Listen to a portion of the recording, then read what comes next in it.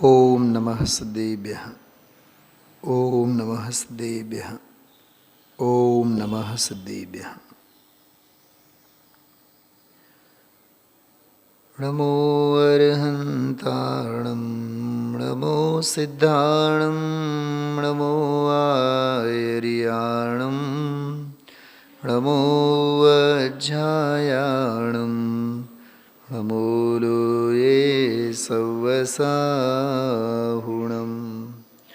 મંગલં ભગવાન વીરો મંગલં ગૌતમો ગણી મંગલં કુંદકુંદાયો જૈનધર્મો સુમંગલં. સર્વમંગલમાંગલ્યં સર્વકલ્યાણકારકં પ્રધાनं સર્વધર્માણાં જૈનં જયતુ શાસનम्.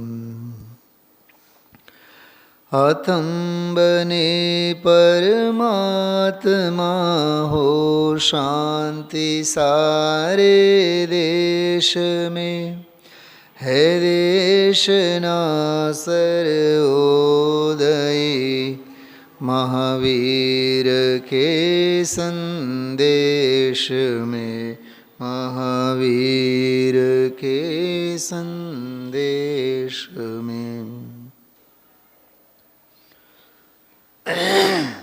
પરમ અધ્યાત્મ યોગીરાજ એવા નિર્ગ્રંથ મુનિ ભગવંતોની આત્મસાધક હરતા ફરતા સિદ્ધોની અંતરાત્મા અંતર પરિણતિ અને પરમ પવિત્ર અકિંચન્ય અપરિગ્રહ બહારનું જીવન કેટલો આદર્શ અને પરમ પૂજ્ય એવો જીવન હોય, અનુકરણીય જીવન હોય, એની બધી ચર્ચા 178માં પ્રવચન 111, 10, 9, 8 આ બધી ગાથાઓમાં 107 ગાથાઓનો ચૂલિકાનો પ્રકરણ 108મી ગાથાથી શરૂ થયેલો છે. 108મી ગાથાથી વિષય શરૂ થયો. પરમ દિવસે આના ઉપર ગુરુદેવશ્રીએ વ્યાખ્યાન આપેલો. ગઈકાલે આપણે 9, 10 બે ગાથાઓ લીધી. 11મી એ ચાલુ થઈ. આજે 11મી 111મી ગાથામાં જ ક્ષેપક ગાથાઓ છે. ક્ષેપક ગાથા એટલે વધારાની બોનસ, સમજો ને આપણી ભાષામાં. ક્ષેપક ગાથાઓ આમાં આવેલી છે. એટલે મૂળ પરમાર્થ પ્રકાશ ગ્રંથના તાળપત્રોમાં એ ન હોવાની એક સંભાવના, પણ વિષય સંબદ્ધ હોવાથી ટીકાકારે એમને ક્ષેપક ગાથાઓ તરીકે આવું પ્રવચનસારમાં પણ છે. જયસેનાચાર્ય દેવની તો ટીકામાં તો ખાસ, જયસેનાચાર્ય દેવની ટીકામાં તો 4, 4, 6 ગાથાઓ બધી ક્ષેપક ગાથાઓ એટલે વધારાની ગાથાઓ એમાં મળી આવે. પણ એ વિષયને સપોર્ટિંગ રોલમાં જ હોય. પ્રેરે જે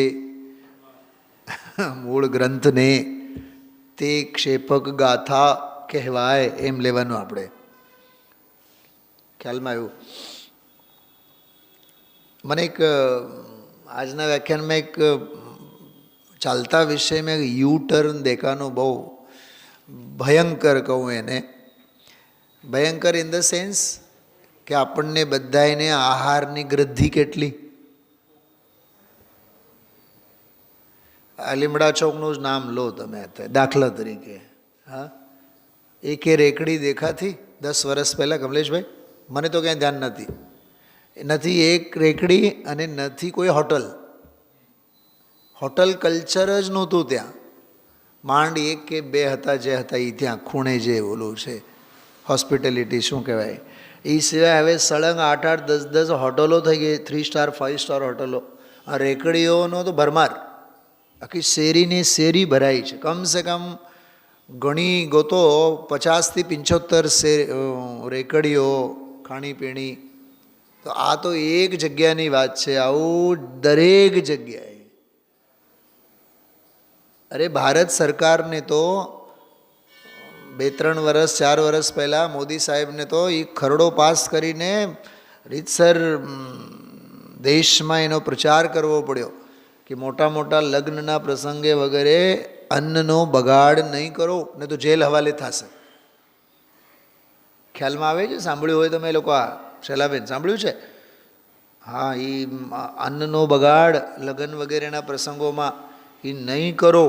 કેમ કે અન્ન બનાવીને જે શું કહેવાય, ભોગ, 56 ભોગ, બધા જાત જાતના મેનુ, 56 ભોગ, હા, એ બનાવવાની હોડ કેટલી, અને આવેલા બધા સ્વસ્થ કેટલા, એ બધા માણી શકે અને ખાઈ શકે. થાળ ભરી ભરીને લે અને જાય, એ બધો સમજાય છે? આ બનાવ બનેલો છે, છાપામાં આવેલું છે બધું. શા માટે વાત કરું છું? આ આહાર કેટલો અને આહારની ગૃદ્ધિ કેટલી. આજના વ્યાખ્યાનમાં છેલ્લે લગભગ સમજો ને કે 20 મિનિટ 25 મિનિટથી વિષય એક ચાલ્યો. હે યોગી, તો આહાર તો લે ભલે ને દેહની સ્થિતિ માટે, પણ આહારમાં અનુરાગ નહીં કર. સરળ શબ્દોમાં કહીએ, એમાં ગૃદ્ધિ ન સેવ. હમણાં મેં એક બારીલ સાહેબનું એક પ્રવચન સાંભળતો હતો, એમાં એક બહુ સરસ વાત આવી. પંચકલ્યાણક ઉજવીને આવ્યા, પૂછું પંચકલ્યાણક કરીને આવ્યા કે હા? અરે શું ઉતારો આપ્યો તો? અરે એ તો ઠીક, પંચકલ્યાણકની વાત કરો. સમજા? હા, અરે માણસોની ભીડ, ક્યાં ક્યાં ઉતારો આપ્યો તો. અમે તો પાલીતાણા ઉતર્યા હતા. અમે તો પાલીતાણાની પાછળ એક ધર્મશાળા હતી, બહુ હાઈ ક્લાસ હતી, ત્યાં અમે ઉતર્યા હતા.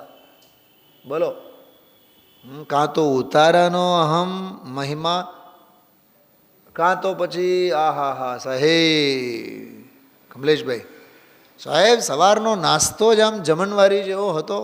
બપોરે પછી ક્યાં અમે જતા, સવારનો નાસ્તો જ, એમાં 4 મીઠાઈ હોય, થાળ ભરી ભરીને. અને પીરસનારા સાહેબ વાત્સલ્ય જોવા જવું હોય તો તને આહારની ગૃદ્ધિ છે એ વાત કર ને. ઓલાના સાધર્મી વાત્સલ્યને શું કામ વખાણે છે? બોલો, આહાર સંજ્ઞા. અને હમણાં જે આપણે ભવ્ય પંચકલ્યાણકો ઉજવ્યા, એમાં જે બીમાર પડ્યા છે ને, એના મૂળ કારણમાં એ જ છે. ઠૂંસી ઠૂંસીને સવારે ખાવાનું, બપોરે ખાવાનું, સાંજે ખાવાનું. સાચું બતાવો, પંચકલ્યાણકોના પ્રસંગો ખાવાના પર્વો અને પ્રસંગો છે કે ખાવાનું મૂકવાના પ્રસંગો છે? આહાર ગૃદ્ધિના કે આહાર ત્યાગના પ્રસંગો છે? આજની ચર્ચા, છેલ્લી 15-20 મિનિટની અપૂર્વ ચર્ચા આહાર ચર્યા સંબંધી હતી. શેના સંબંધી હતી? મુનિરાજોની આહાર ચર્યા. કૃપાળુદેવ મને બહુ યાદ આવતા હતા. એમનું જે કાવ્ય જે છે, અન્ય કારણે અન્ય કશું કલ્પે નહીં, સંયમ નાય તુથી યોગ પ્રવર્તના. જો કેવું લખ્યું છે, અન્ય કારણે અન્ય કશું. એટલે આમાં જે આ કાવ્યમાં જે પણ શ્રીમદજીએ લખ્યું છે, એ મારું દેહનું પ્રવર્તન ધર્મની આરાધના સુધી. હમણાં 4-6 દિવસ પહેલાંના સ્વાધ્યાયમાં એક વાત આવી, ક્યાંક વ્યક્તિગત હું સાંભળતો હતો, એમાં કે મુનિરાજ માટેનો આહાર ઔષધિ તુલ્ય હોય છે. અને 4-5 દિવસ પહેલાંના પ્રવચનમાં વાત આવી હતી કે પીછી, કમંડળો, આ તે બધા જે બાહ્ય અપવાદ સામગ્રી છે, તો એમાં મર્યાદા પૂરતો જ પ્રવાહ રાખવાનો, વલણ રાખવાનું, એમાં બહુ ઝાવા નહીં રાખવાના. એ પ્રવચનમાં ગુરુદેવસિંહ બોલ્યા હતા કે આહાર વગેરેનું સેવન ઔષધિ માત્ર હોવો જોઈએ, ઔષધિ જેવો હોવો જોઈએ, અતિરેક ન હોવો જોઈએ, વધુ પડતો એમાં રસ. અને એક વાત છે, બધે અતિરેકનો ત્યાગ, બધે અતિનો ત્યાગ. સંસ્કૃતમાં સુવિચાર છે, અતિ સર્વત્ર વર્જયેત, અતિ સર્વત્ર વર્જયેત. ફળ પોષક છે, પણ ફળ જ ફળ ખાધા કરો તો એ બાધક છે. હજી સાંભળો, હું ધર્મના શબ્દમાં બોલું છું. રાજુભાઈ, ભક્તિ પોષક છે, પણ ભક્તિને ભક્તિનું ગાંડપણો એ બાધક છે. શાસ્ત્ર સ્વાધ્યાય પોષક છે, પણ શાસ્ત્ર સ્વાધ્યાયની જ ઘેલચા એ ગાંડપણું છે. શું સમજાય છે? જાત્રાના ભાવ એ આત્માર્થીને માટે ટેકો છે, પણ જાત્રાના જ ગાંડ પણ કાઢે તે વ્યવહારાભાસ છે. માત્રામાં હોય ને, પરિમાણમાં હોય કે નહીં. પારિણામિકની દૃષ્ટિ પરિણામની સંભાળ અને બહારની માત્રા પરિમાણમાં. બોલો, 3 કયા શબ્દો કીધા મેં? બહુ વિચારીને બોલું છું. પારિણામિકની ભાવના રાખવી, પરિણામોનો ઠેકાણો શું છે એ વિચારો, અને પરિમાણ એટલે માત્રા, ક્વોન્ટિટી.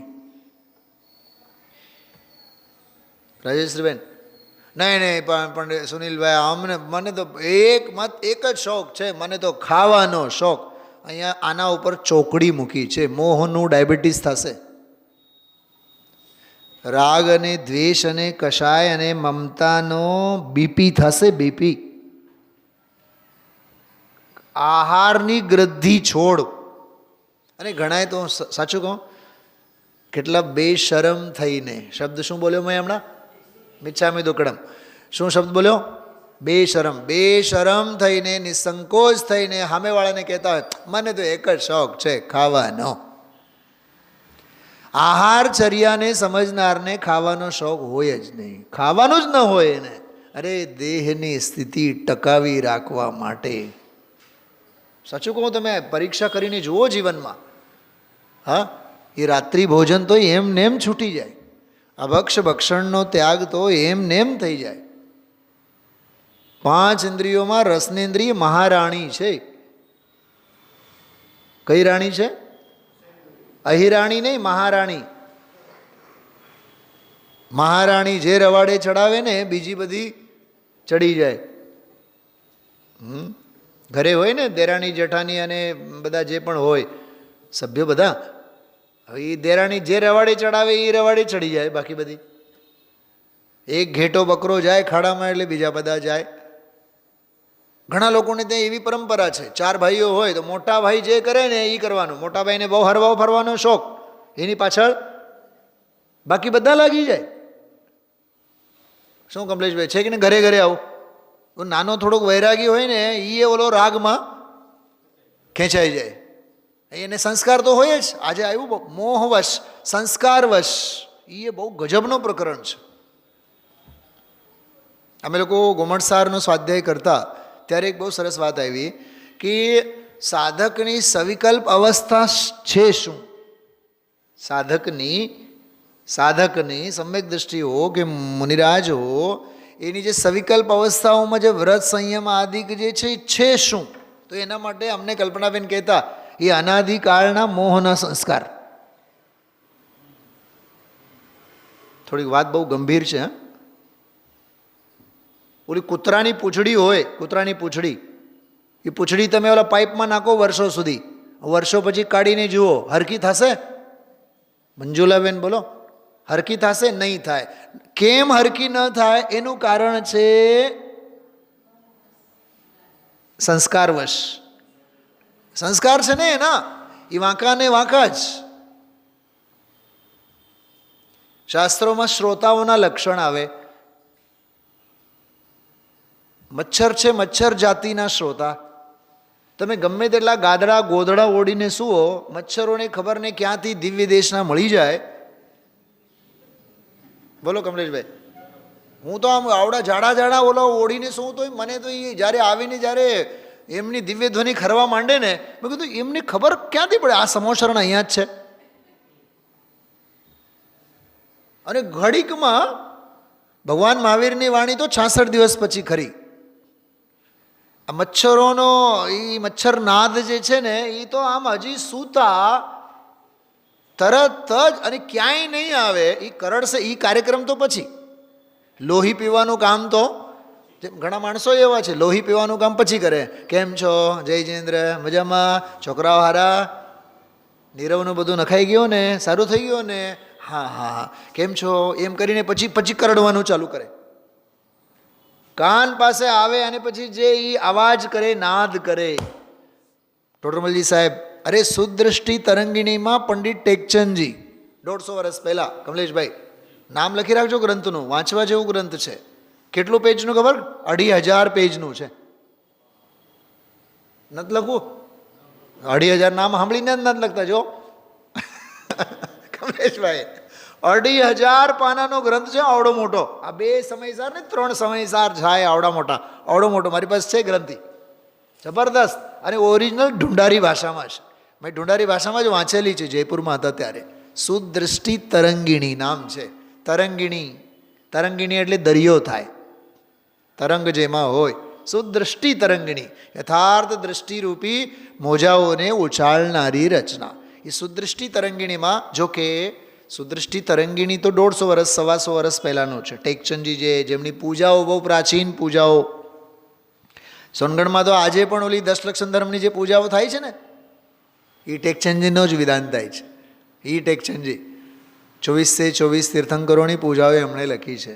હવે એમણે પણ જે લીધું છે એ જ્ઞાનાર્ણવ, શાવકાચાર વગેરે ગ્રંથોમાં, ભગવતી આરાધના વગેરે ગ્રંથોમાં, મૂલાચાર, ભગવતી આરાધના, જ્ઞાનાર્ણવ જેવા પ્રાચીન ગ્રંથોમાં, પાંડવ પુરાણમાં આ બધા શ્રોતાઓના લક્ષણો છે જાત જાતના. આમાં એ છે મોક્ષમ પ્રકાશકમાં ફૂટનોટમાં બધું લીધેલું છે શ્રોતાના સ્વરૂપમાં.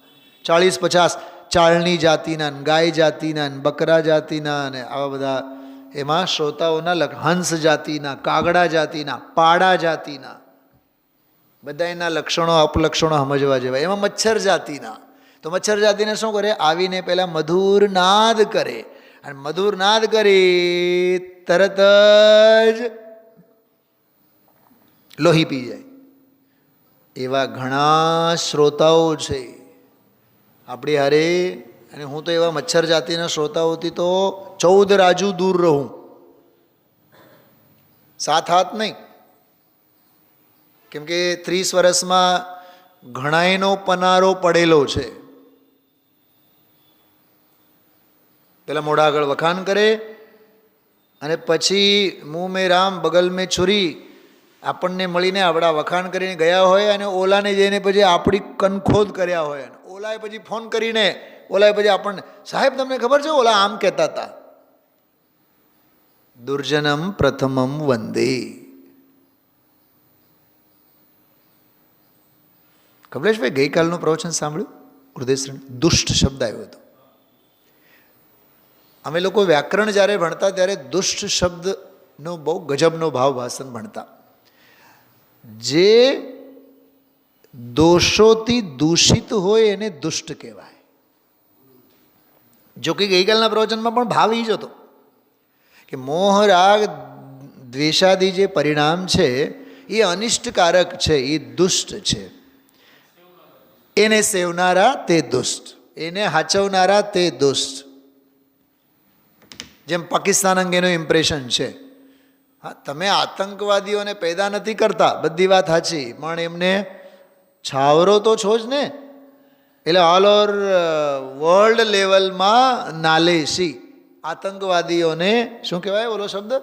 આશ્રય દેનારો, ઉછેર કરનારો, એમ.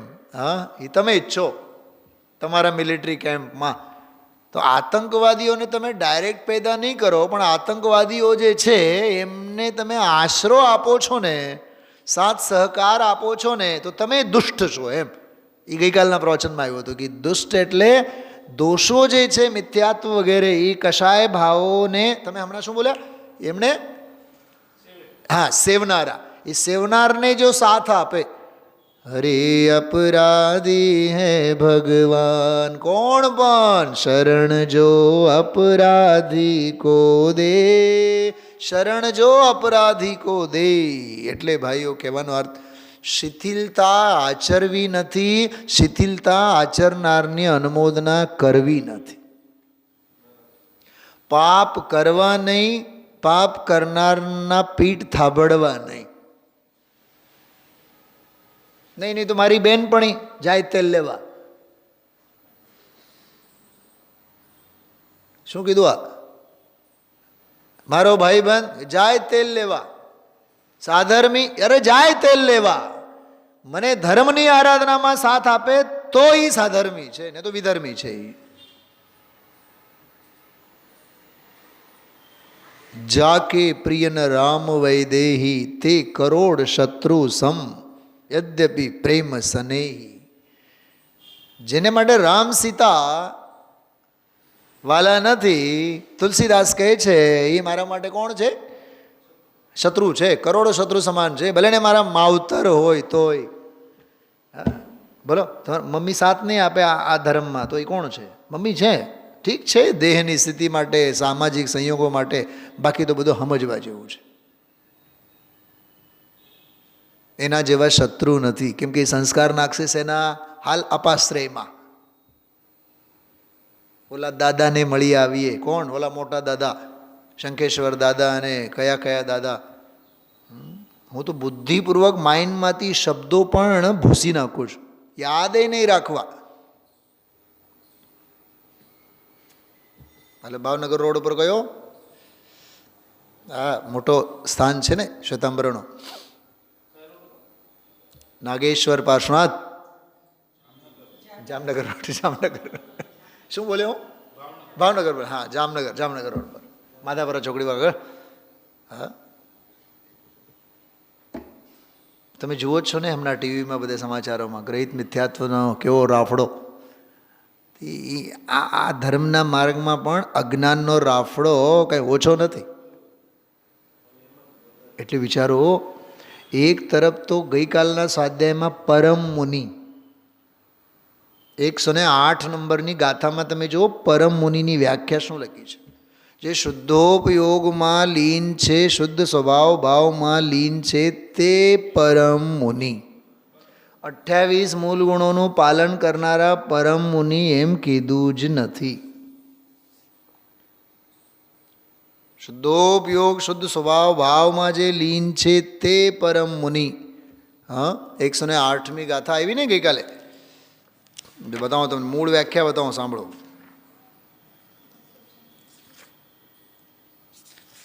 શુદ્ધોપયોગી શબ્દનો પ્રયોગ છે, હું ઓરિજિનલ સંસ્કૃતમાં બતાવું. વીતરાગ સ્વસંવેદન જ્ઞાનરતા પરમ મુનય. કેટલું સરસ લખ્યું છે. હા, વીતરાગ સ્વસંવેદન જ્ઞાનમાં રત. હવે અહીંયા જ્ઞાન એટલે માત્ર જ્ઞાન નહીં, જ્ઞાન એટલે અહીંયા જ્ઞાન સ્વભાવી આત્મા. સમજાય છે? ઓલી ભક્તિમાં આવે શબ્દ પરમ પાવન મુનિવરો કે, મને પંક્તિ યાદ આવતી હતી આ ગઈકાલના પ્રવચનમાં, પરમ દિવસના પ્રવચનમાં. પરમ પાવન મુનિવરો કે, પણ મુનિ કોણ? એ આ વીતરાગ સ્વસંવેદન જ્ઞાનમાં જે લીન છે તે. 28 મૂળ ગુણ આદિકની સક્રિય દશામાં બહારમાં છે તેની વાત નથી. ડૉક્ટર કોને કહેવાય? બોલો, ડૉક્ટર બોલો. મરીજ હારે બેસીને ગપાટા મારે એને ડૉક્ટર કહેવાય? કમલેશભાઈ, ગઈકાલે એક બનાવ બન્યો મારી સાથે. હું બજારમાં હતો અને ઉતાવળ હતી. હવે થોડાક કાકા ટાઈપના છે, એ ઓળખીતા છે આમ. મેં એને ઓનલાઈન પેમેન્ટ કર્યા, જે વસ્તુ લેવાની હતી લિસ્ટ આપી, માલ એની સામે આવ્યું, બધું આવ્યું. પણ કેમે કરીને એ દ્વાદશાંગ બધા ચારે અનુયોગોમાં ભરીને થેલામાં નાખીને મને આપવાનું નામ ન લે. હવે હું એને સાંભળ્યા રાખું, એની વાતો જ સાંભળ્યા રાખું, અને બોલ બોલ બોલ બોલ બોલ બોલ. કાકા પછી મળશું આપણે, મને થેલામાં નાખીને આપો ને. હું આપને પોઈન્ટ એટલું જ કહું છું કે વાતોના વડા કેવા બાંધે લોકો એમ. હા, એમ એમ એમ ડૉક્ટરના સંદર્ભમાં વાત કરું છું કે મરીજ આવેલો છે, મરીજનું પ્રયોજન શું છે કમલેશભાઈ? તમે કેવા કપડાં પહેર્યા છો, તમે ખાધા પીધા સુખી છો કે નહીં, સાસુ સસરા ઠેકાણે છે કે નહીં, તમે કારમાં આવો છો કે બાઇકમાં આવો છો એ પૂછવા આવે છે? તમે કરોડપતિ છો કે રોડપતિ એ પૂછવા આવે છે? એને નિદાન અને રોગ નિવારણ ઉપાય સિવાય ત્રીજું કોઈ પ્રયોજન નથી. ડૉક્ટર પાસે એમ કહો છો. હવે ડૉક્ટર આવે એટલે પછી વાર્તાલાપ, કેમ છો, સાસુ કેમ, સસરા કેમ, ફલાણા કેમ, ઢીકણા કેમ, એને રસ જ નથી. કેમ કે મરે જાય છે, એ રોગથી ઘેરાયેલો છે. હું એવમ ભૂત નહીંની ભાષામાં કહું છું, બહુ ઊંચી વાત કરું છું, બહુ ગંભીરતાથી લેજો આ વાત. વાતો કરે એ ડૉક્ટર નથી. આવતા વેત જ સીધા છાતીએ સ્ટેટિસ્કોપ મૂકીને કે ભાઈ જો તાવ છે, તમને આ થાય છે, તમને આ થાય છે, સીધું નિદાન અને પ્રિસ્ક્રિપ્શન લખીને 2 મિનિટમાં તો રજા. એટલે એ ડૉક્ટરની સક્રિય દશા તો એ જ છે ને. એમ મુનિરાજની સક્રિય દશા કઈ?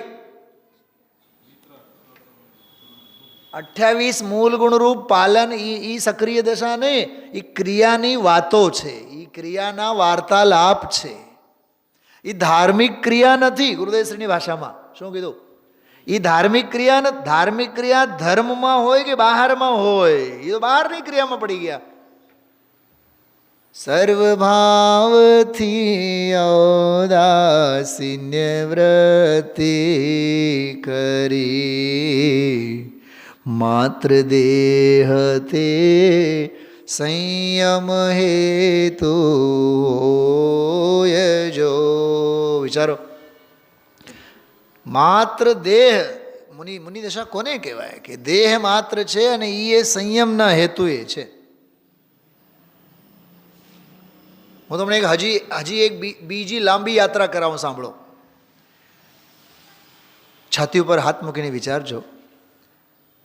ધર્મના નામે ધાર્મિક ક્રિયાઓમાં ધર્મ કેટલો? શું પ્રશ્ન શું હતો મારો? ધર્મના નામે ધાર્મિક ક્રિયાઓમાં ધર્મ કેટલો આપણે કરીએ છીએ? બધા આપણી જ વાત કરો ને કમલેશભાઈ, ગામની વાત જવા દો. એટલે મૂળ વાત એમ સમજવા જેવી મૂળ જે વાત હોવી જોઈએ, નસ પકડવી જોઈએ. અરે હા, વ્યવહારથી એ ધર્મ નથી. બિલકુલ સાચી વાત છે.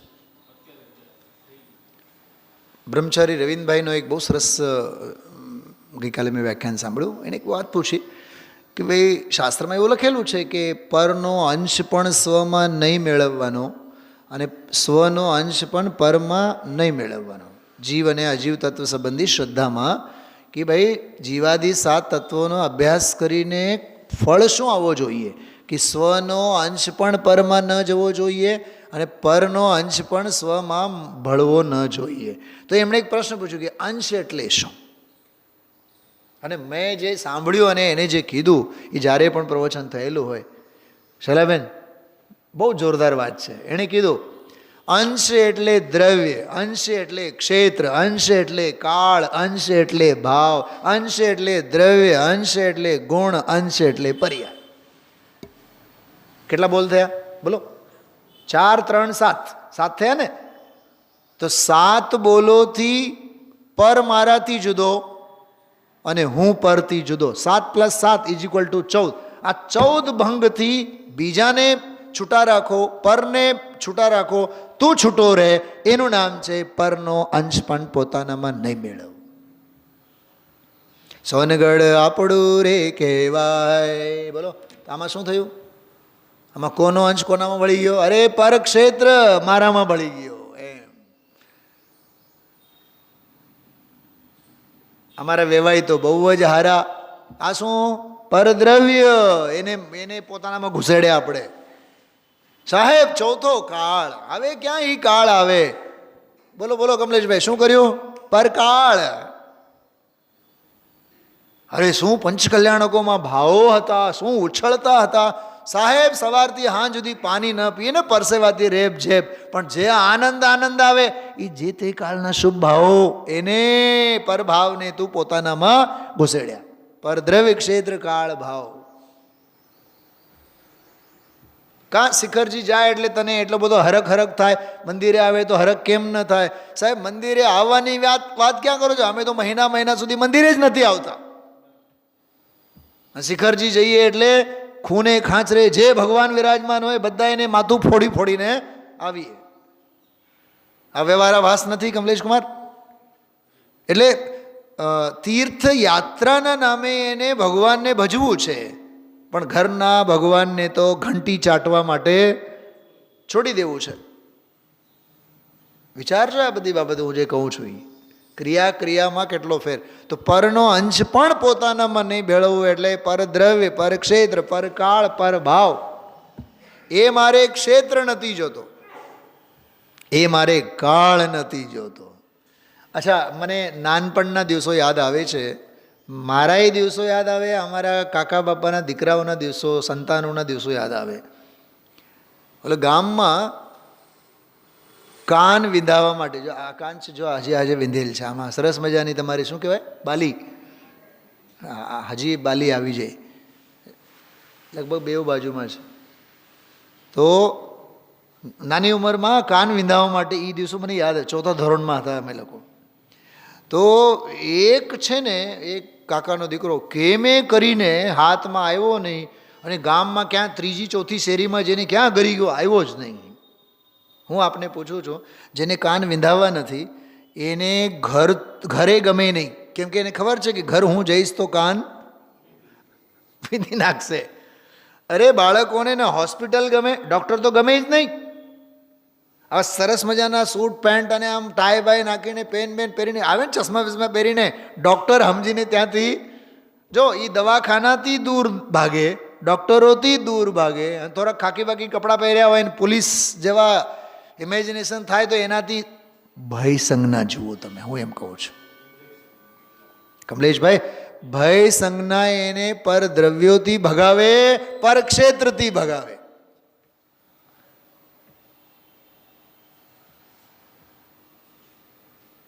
બાળક હોય એને બજારમાં લઈ જવું હોય, રમકડા માટે લઈ જવું હોય તો જો કેવો આવશે, અને એમ કહેવાનું એક કામ કરશો આપણે રમકડા લઈને પછી ડૉક્ટર પાસે જઈ આવશો. નહીં. એનો અર્થ શું થયું? પરદ્રવ્ય ક્ષેત્ર કાળ પ્રત્યે આ જીવ કેટલો પ્રભાવિત છે. ત્યાં વિદ્વાન ટોડરમલજી સાહેબ કહે છે કે પરદ્રવ્ય ક્ષેત્ર કાળમાંથી કોઈ પણ અંશ,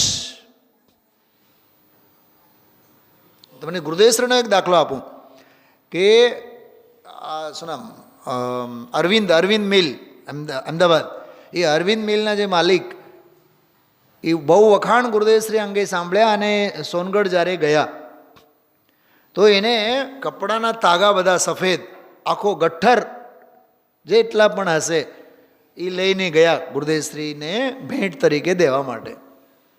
તો પગે પડ્યા અને પછી મૂક્યા બાજુમાં. ગુરુદેવશ્રી આ શું છે? આ ઉપાડો અહીંથી.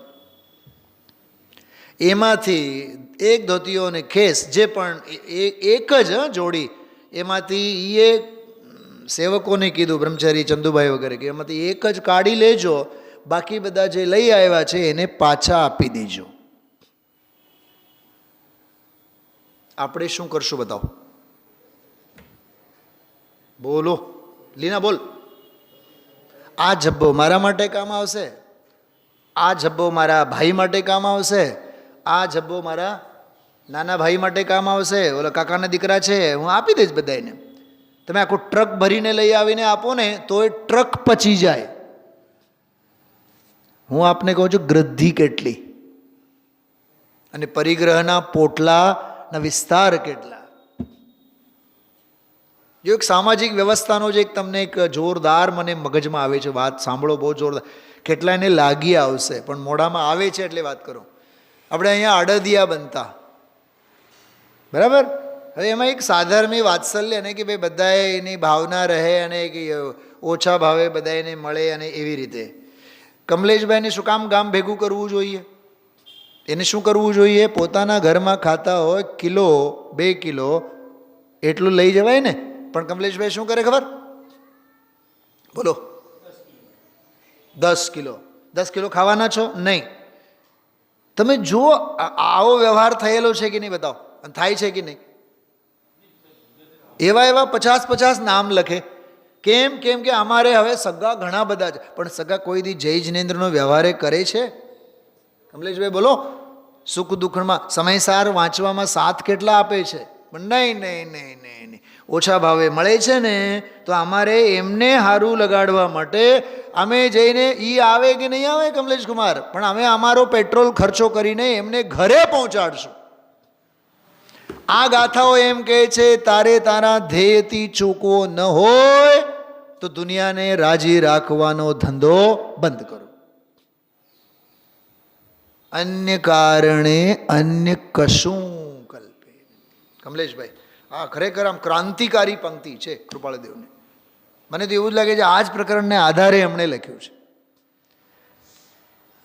અન્ય કારણે અન્ય કશું કલ્પ. કેમ કે સર્વભાવથી ઔદાસીન્ય વૃત્તિ કરી. સર્વે ભાવોથી અમારી ઉદાસીનતા છે અને માત્ર દેહ તે સંયમ હેતુ હોય જો. અન્ય કારણે અન્ય કશું કલ્પે નહીં દેહે પણ. બોલો પકડાય છે વાત? દેહે પણ કિંચિત મૂર્છા નવ જોય જો. એવો અપૂર્વ અવસર ક્યારે આવશે? અમારે તો મજબૂરી છે. સાંભળો. જ્ઞાનીને ઇન્દ્રિયના વિષય મજબૂરી છે. એ સમજે છે આ મજદૂરી છે. શું કીધું? નહીં સમજા? બોલ સ્નેહા બોલ. શું કીધું મેં હમણાં? મોટેથી બોલ. હા, 5 ઇન્દ્રિયોની ઓથે જે રહેવું પડે છે ને એ મજબૂરી છે. અને જ્ઞાની સમજે છે આ મજબૂરી અમારી મજદૂરી છે, માલિકી નથી. પકડાય છે વાત? જે હોસ્પિટલે જઈને 8 કલાક બેસીને બધું રળવું પડે ને એ મજબૂરી છે. અને તત્વની દૃષ્ટિ હશે તો એ મજદૂરી છે. બાકી તો માલામાલ હોળી હળગે ગુરુદેવશ્રીની ભાષામાં. કમલેશભાઈ નોકરી કરવી પડે. શું છે એ નોકરી? મજબૂરી અને મજદૂરી છે. તમારે રસોઈ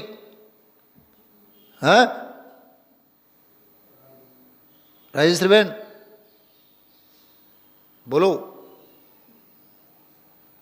મારે 4 કલાકની નિંદર બગડે તો હાલે, પણ મારે ખાવા માટે તો બધું પેટ ભરીને જોઈએ. મજબૂરી છે, એ મજદૂરી છે. એક વાક્ય બોલો. आत्मानुभूति ही जरूरी है, बाकी सब मजबूरी है.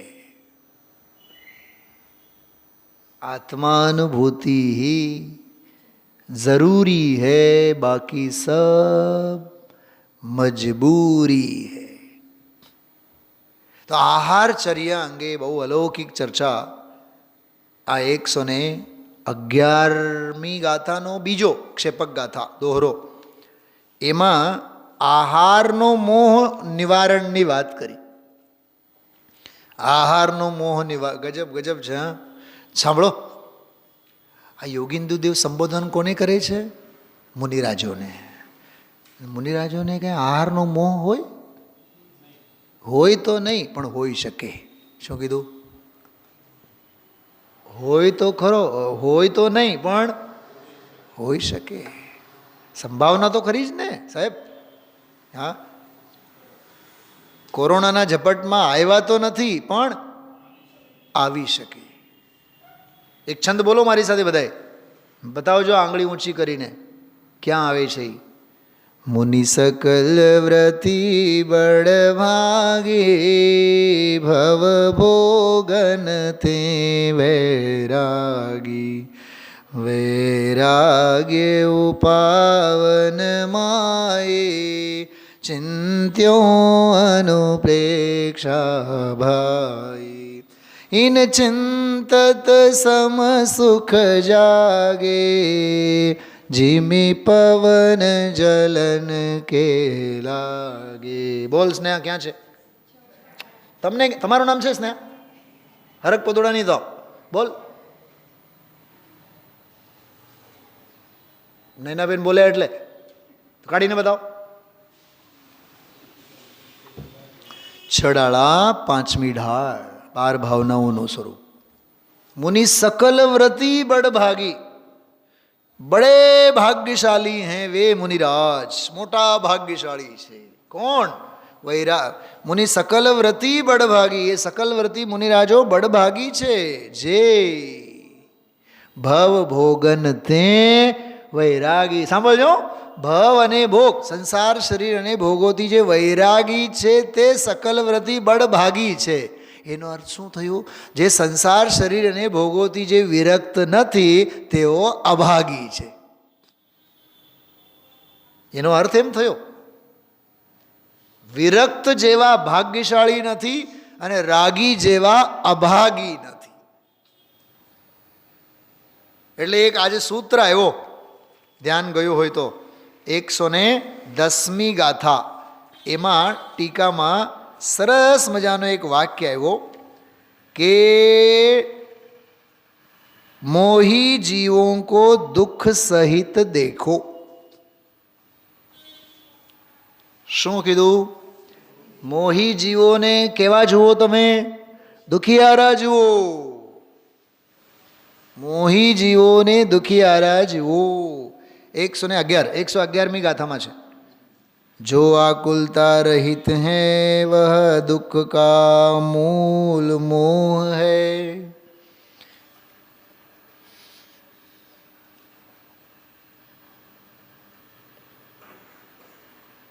मोही जीवों को दुख सहित देखो. કેટલું સરસ છે. મોહી જીવોને દુઃખ સહિત જુઓ. પ્રવચન સાર સુખાધિકાર, જ્ઞાન તત્વ પ્રજ્ઞાપનમાં સુખાધિકાર, એમાં હવે ચક્રવર્તી જેવા ચક્રવર્તીઓ પણ 5 ઇન્દ્રિયોના વિષયોમાં દોડતા દેખાય છે. તેઓ એ જોઈને ખ્યાલ આવે છે ઇન્દ્રિય દુઃખોથી તેઓ પીડિત છે. કોણ? જ્ઞાનીઓ. ચક્રવર્તીઓ બધા 5 ઇન્દ્રિયના વિષયોમાં, તો બહારના જે વિષયોના અંબાર છે ને, એ અંબાર બતાવે છે કે તમને વિષયનો સુખ કેટલો છે.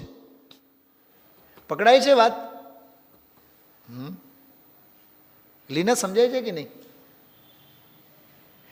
જેની પાસે જેટલો પરિગ્રહ અને પરિગ્રહનો વિસ્તાર એ એટલો દુઃખી, એમ કહે છે આમાં. રવિન્દ્રભાઈ પંડિતજી એક બહુ સરસ દાખલો આપે. કોઈ બીમાર જ ન પડે, કોઈ બીમાર પડે, એક ટીકડી લે, બધું સમૂહ થઈ જાય. એક દવાખાને ભરતી થાય, 2-3 દિવસ રહીને આવી જાય. ચોથો એક એવો હોય કે દવાખાને ભરતી થાય, 8-15-6 મહિના પછી આવી જાય. અને એક એવો હોય કે આઈસીયુમાં ભરતી હોય, એને ચારે બાજુથી લાઈનમાં ડૉક્ટરો લાગી ગયા હોય, આખા શરીરમાં સોય બધા ભૂંક્યા હોય, અને ઓલો શું કહેવાય ગ્લુકોઝ અને આ તે બધું ચાલતું હોય. બોલો કેટલો ભાગ્યશાળી. કેમ? કોણ ભાગ્યશાળી? પહેલો કોણ હતો? બીમાર જ નહીં પડે. બીજો કોણ હતો? ટીકડી લીધી અને તરત જ સરખું થઈ જાય. અને આ ભાઈ સાહેબ કેવો છે? આ ભાઈ સાહેબ વેન્ટિલેટર ઉપર છે, ઓક્સિજનના બાટલા ચડાવવામાં આવેલા છે, ડૉક્ટરોની લાઈન લાગી છે, અને બહાર ખબર અંતર કાઢનારની લાઈન લાગી છે. ભાગ્યશાળી કહેવાય. કેમ? એનો અર્થ શું થયું? બોલો કમલેશભાઈ, આનો લોજિક શું છે? જેટલા તારા વધારે ઈલાજો, સમજી લેવાનું તું એટલો બીમાર. એમ જેટલો પરિગ્રહનો વિસ્તાર, જેટલો પરિગ્રહનો ફેલાવ, સમજી લેવાનું તું એટલો દુઃખી છે. એટલે આમાં કીધું 111મી ગાથામાં, મોહી જનોને દુઃખી જુઓ. દુઃખી અને આકુલિત જીવોને મોહી જુઓ. આ જો પંડિતજીની એક પંક્તિ સાંભળો, આમાં મેં કાઢીને રાખી છે. આમાં ક્ષણ ક્ષણ કશાયો કે પ્રસંગ ही बने जहाँ मोही जनों के, शब्द जो मोही जनों के संग में सुख शांतिओ का. હજાર મોહી હોય અને એક નિર્મોહી એમની સાથે રહે, એનું બની નહીં આવે. દાખલો આપ્યો તો મેં તમને, ખબર છે? 50 બહેનો ભેગા થાય અને એમાં એક બે બહેનો રાત્રિ ભોજન ન કરે, એ બેચારાની તો શરમાવવાનું થાય, નીચું જોવાનું થાય. અમે તો બહુ જૂના જમાનાના. અને ઓલી જે રાત્રે ખાતી હોય ને બધી, એ આમ તમે જો રંગે ચંગે, ઇન્દ્રિયોની મહારાણીઓ નહીં, મહાદાસીઓ થઈને, ભલે ને પછી ગાય નિર્ગ્રંથો કા માર્ગ નહીં. આ શિથિલતા છે. કેવું છે આ પંચમ કાળ, કેવો પડતો કાળ છે, અપલક્ષણવાળો કાળ છે. સંયમીને નીચું જોવું પડે. ત્યાગી, તપસ્વી અને આત્માર્થી જીવને નીચું જોવું પડે. અને અસંયમી આમ મોઢું ફેલાવીને, છાતી ફેલાવીને અભિમાનમાં, વિચાર તો કરો કેવો કાળ છે આ. એટલે જ્ઞાનીઓ જગતથી વિરક્ત હોય છે. તત્વના સમજદાર સંસારથી માટે ભાગે છે દૂર. 5 ઇન્દ્રિયોનો, વિષયોનો અંબાર તમે તમારી સાથે રાખો. અમને તો આચાર્યોની દ્રષ્ટિએ એટલું જ દેખાય છે, જે જેટલા આકુલિત છે તે બધા અમને તો દુઃખી છે અને મોહી અમને દેખાય છે. દેખાય છે નહીં, છે. જો મોહી જનો કે સંગ મેં, કમલેશભાઈ આ જ પ્રકરણ ચાલે છે કે નહીં? પર સંસર્ગ, મોહી જનોની સંગતિ છોડો. અને આ ઓરિજિનલ પ્રવચન સારની ગાથાઓમાં છે. લૌકિક જનોની સંગતિ સાધકને ન હોય. અને ગજબની વાત, લૌકિક જન કોણ? મુનિરાજ માટે લૌકિક જન કોણ? તો કહે છે કે આચાર્ય કુંદ કુંદ માટે લૌકિક જન કોણ? કે પોતાના સંઘના સાધકો, શ્રમણો, અન્ય. એમ આપણે મુમુક્ષુ તરીકે લઈએ, આપણા માટે લૌકિક જન કોણ? અન્ય જાતિઓના નથી, હવેલીવાળા નથી, મસ્જિદવાળા નથી, ચર્ચવાળા નથી, આ મંદિરવાળા જ. આ જ લૌકિક. શૈલાબેન, આ પ્રવચન સારમાં છે. લૌકિક જન એટલે શું? લૌકિક જન એટલે અન્ય સાધકો, એ આચાર્ય સાધકોને માટે, શ્રમણો માટે અન્ય શ્રમણ બધા લૌકિક જન. અને ત્યાં લખ્યું છે તત્વ ચર્ચા સિવાય એમની સાથે વાર્તાલાપ નહીં કરવો.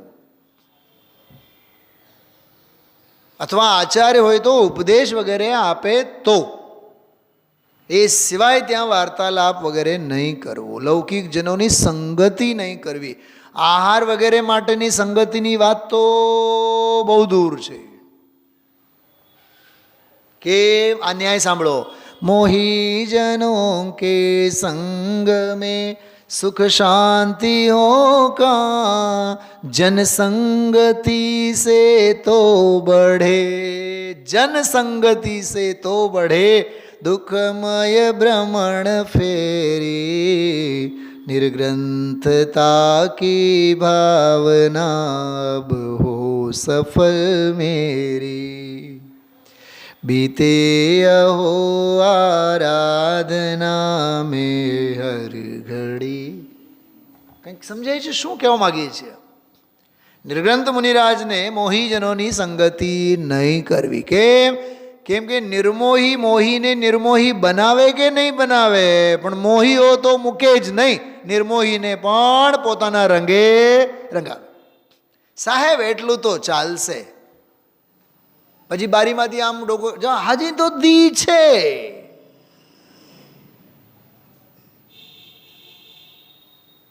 તમારું ઘરનું પંચાંગ નહીં હાલે. સૂર્યાસ્ત પહેલા બોલો,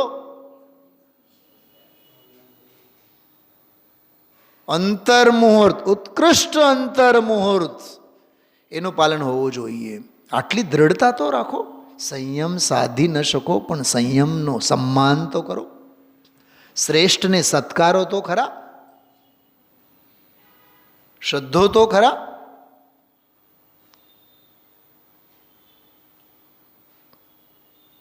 એટલે આજની આ ગાથા અને આજના આ પ્રકરણમાં મુનિરાજને માટે કીધું આત્મ સ્વભાવ સિવાય. જો આ 111 જો બીજી ગાથા છે ને એનો અર્થ કરો છો कि भयानक देह के मैल से जले हुए मुर्दे के समान रूप रहित ऐसे वस्त्र रहित नग्न रूप को धारण करके हे साधु, पर के घर भिक्षा को भ्रमता हुआ उस भिक्षा में स्वाद युक्त आहार की इच्छा करता है तो तू क्यों नहीं शर्माता. बोलो तने शर्म केम नहीं आवती एम कहे छे. गाथा तो भाषा तो जो केम न लज्जस, तने लाज केम नहीं आवती एम कहे छे.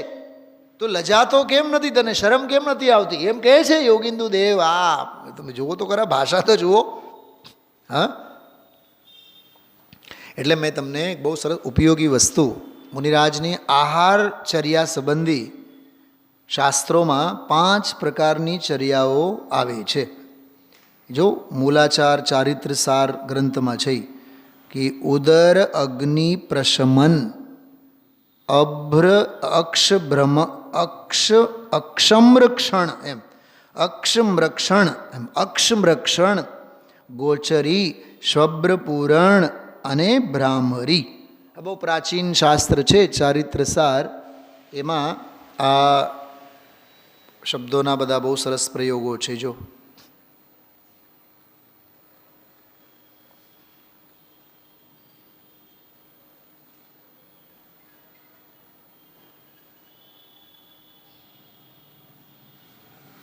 શું કહે છે ફરીથી જો, ઉદર અગ્નિ પ્રશમન. ઉદર એટલે પેટ થાય, તો પેટની અગ્નિને શમવાનું છે, બસ એને માટે આહાર માટે નીકળે.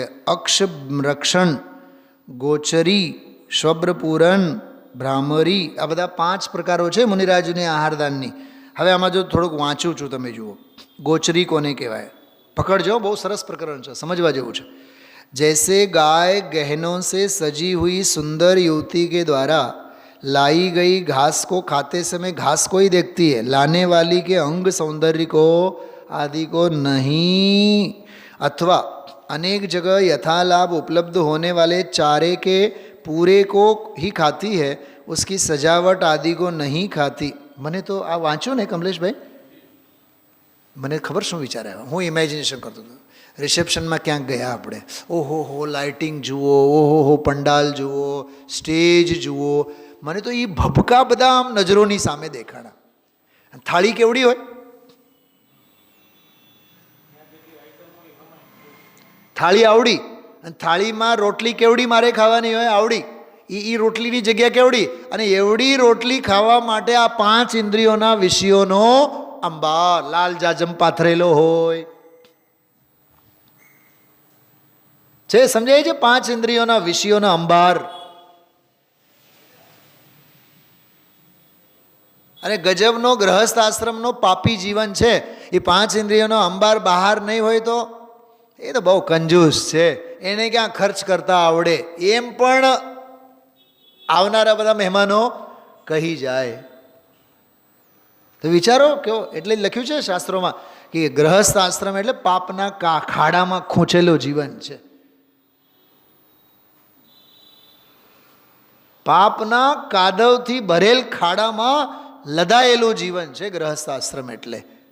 અને અહીંયા જો अनेक जगह यथालाभ उपलब्ध होने वाले चारे के पूरे को ही खाती है, उसकी सजावट आदि को नहीं देखती. उसी तरह भिक्षु भी परोसने वाले के मृदु ललित रूप वेश और उस स्थान की सजावट आदि को देखने की उत्सुकता नहीं रखता.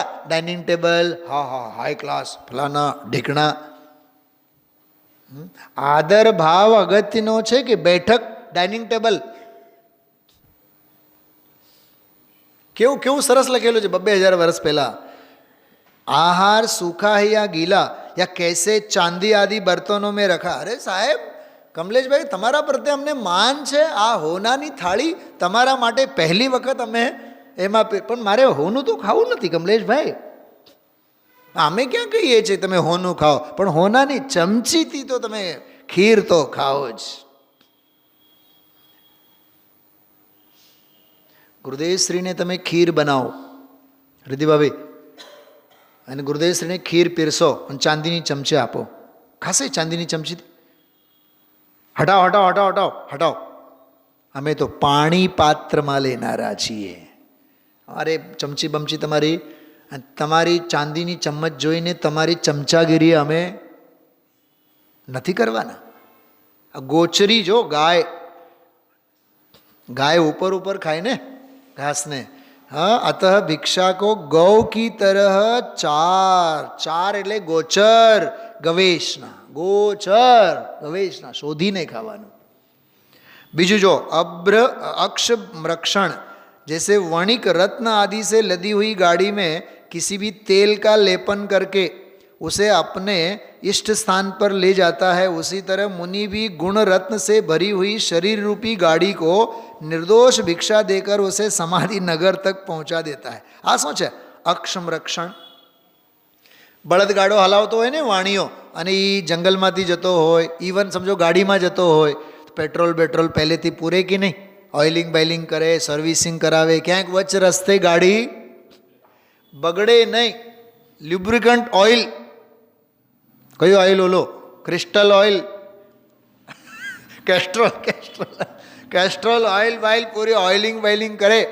હા, સોનગઢ જવાનું હોય તો બોલો વહેલી સવારે 5 વાગે જવાનું હોય તો પેટ્રોલ ક્યારે પૂરવાનું?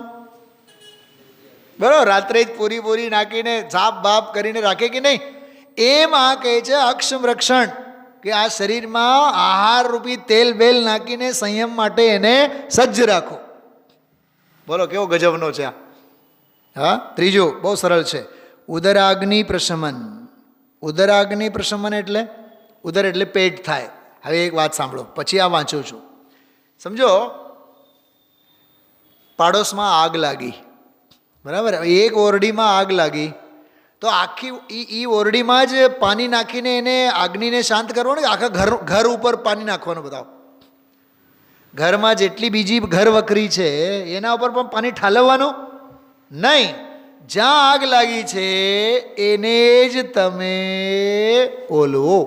જો આમાં कि जैसे भंडार में आग लग जाने पर शुचि या अशुचि कैसे भी पानी से उसे बुझा दिया जाता है, उसी तरह यति भी उदराग्नि का प्रशमन करता है. મળ્યું ને, બસ આહાર મળ્યું, મર્યાદાપૂર્વક જ, શુદ્ધ જ, પણ મળ્યું ને પછી મિષ્ટાન્ન છે કે સાદું છે કે સરસ છે કે નીરસ છે એની પછી અપેક્ષા નહીં રાખવાની. તમે લોકો સમજો છો શું કહું છે? કઈ છે વાત? સમજાય છે? પ્રકરણ શું ચાલે છે સમજાય છે? આહારવાળી આ વાત ક્યાંથી આવી? हाँ, हवे भ्रमर आहार दाताओं को किसी भी प्रकार की बाधा पहुंचाए बिना मुनि कुशलता से भ्रमर की तरह आहार ले लेते हैं. એને કહેવાય ભ્રામરી. ભમરો ફૂલ ઉપર બેસે, ફૂલને ખબર ન પડે, એટલી શાંતિથી પોતાના પરાગકણો એમાંથી લઈ જાય. નૈનાબેન, ખ્યાલ છે તમને? યાદ આવે છે? છેલ્લે તમે મને બોલાવ્યા હતા, મારો શબ્દ શું હતો ફોન ઉપર? ધમાલ કરતા નહીં, કીધું હતું કે નહીં? અમારા ઉદ્દિષ્ટે તમારા 56 ભોગ જોતા જ નથી. સાચું કહું છું તમે. આ આપણા સાધર્મી વચ્ચે એક શ્રાવકને પણ આ ભાવો આપણને હોવા જોઈએ. અમારા માટે તમે વિષયોના અંબાર ઊભા કરો, એના માટે અનગિનત આરંભી હિંસા કરો, એ ધંધા કરાય નહીં કોઈ દી. તો ઉદ્દિષ્ટ આહારના ત્યાગના સંસ્કારો દ્રઢ થાય ને. तो ब्राह्मरी आहार કેટલું સરસ છે. जो भ्रमर की तरह आहार ले लेते हैं, किसी प्रकार की बाधा पहुंचाए बिना. गर्त पूरण, जिस किसी भी प्रकार से गड्ढा भरने की तरह मुनि स्वादु या अस्वादु अन्न के द्वारा पेट रूपी गड्ढे को भर देता है. સરસ છે, નીરસ છે, જે હોય લાવ ને આપણે બસ આહાર લઈને આમ ભાગ્યા. એવી રીતે આ મુનિરાજોની આહાર લેવાની 5 પ્રકારની પ્રવૃત્તિઓ હોય.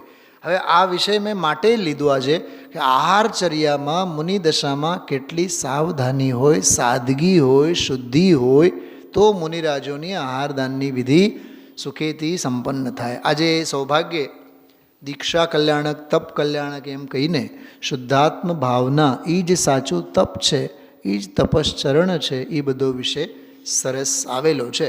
સ્વામીજીના વ્યાખ્યાનની બધી મીમાંસા રાત્રિના સ્વાધ્યાયમાં આપણે લેશું. ઓમ નમઃ સિદ્ધિ.